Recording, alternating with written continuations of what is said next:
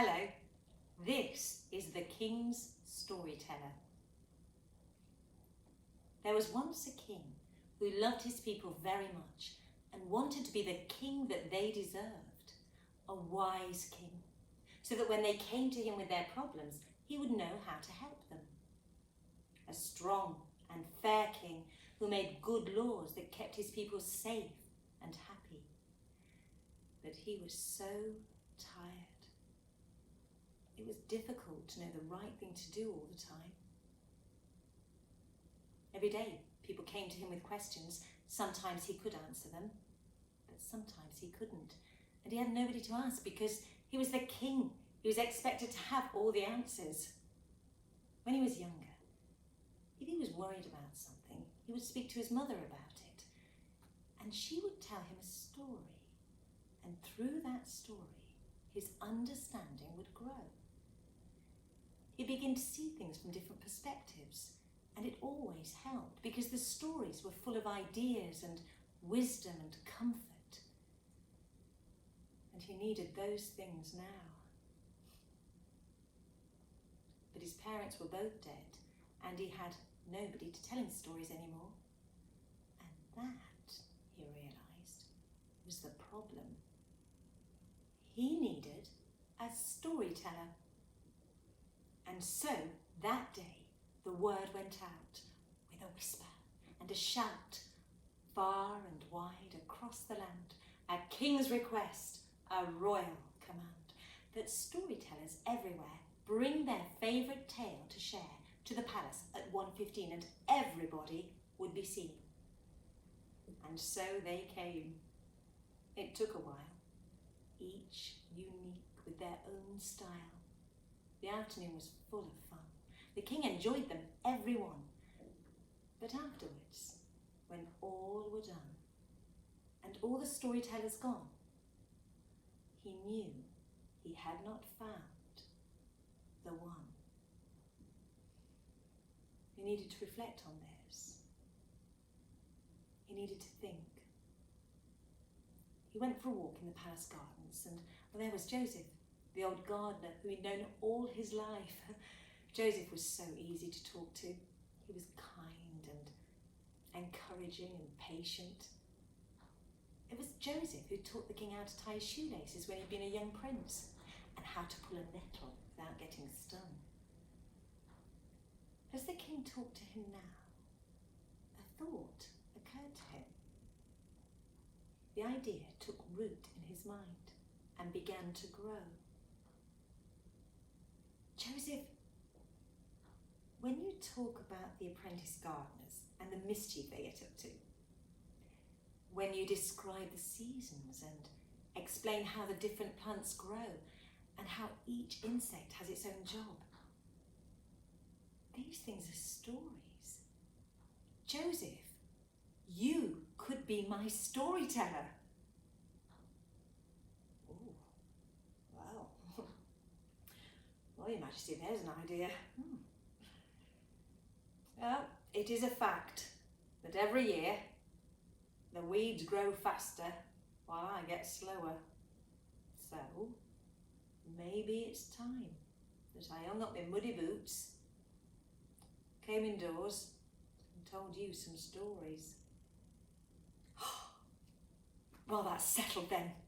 Come to the Great Hall tonight and tell me any story you like. And the king returned to the palace, excited and satisfied. And Joseph immediately began to think of all the stories he knew. And he knew a lot, because when Joseph was growing up, everybody had told stories. But there was one story that came to him now. And he felt sure that the king would love this one. He began to speak it out loud, trying to find just the right words to bring the story to life.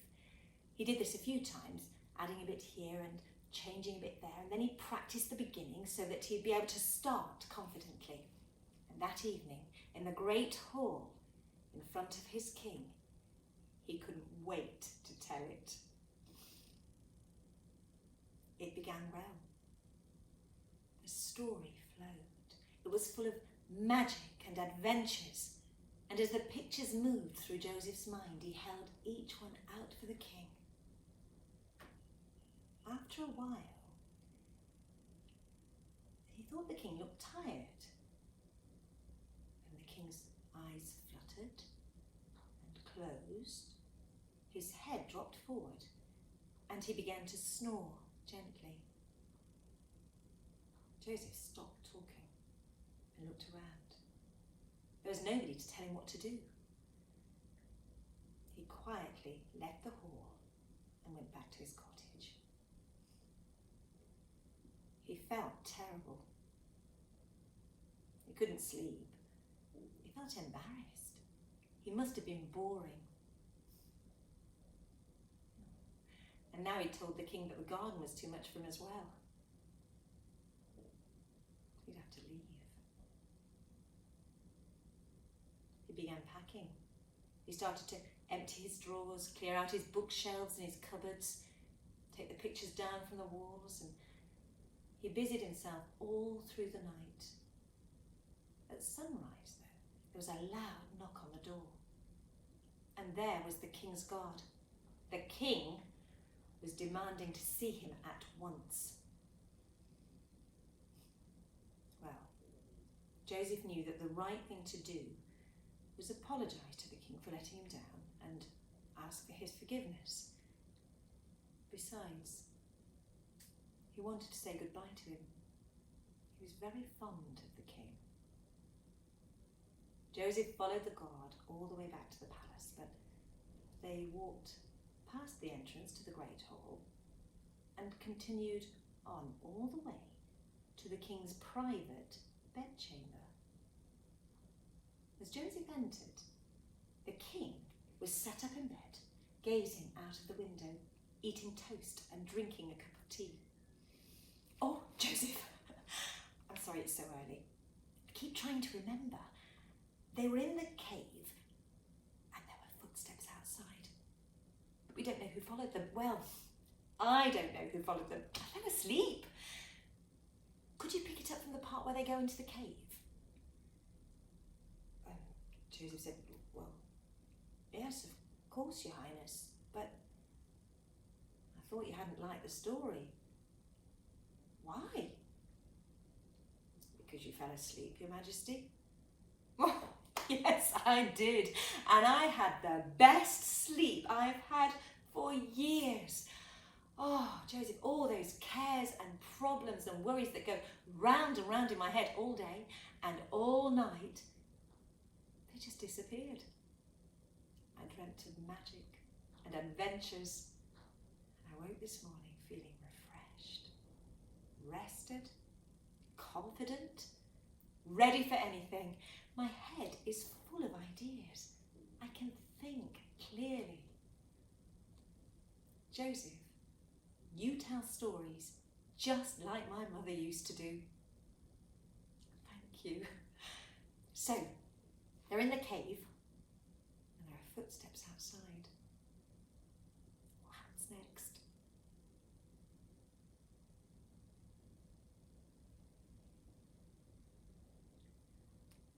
I'd like you to think about the people that tell you stories.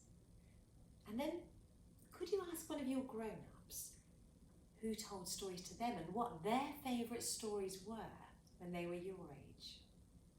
There's a sheet on the website. You can download the sheet and fill it in with either some writing or some pictures about the story that they enjoyed when they were your age. And if you send that in, we'll put a little book together, a collection of favourite family tales. Thank you.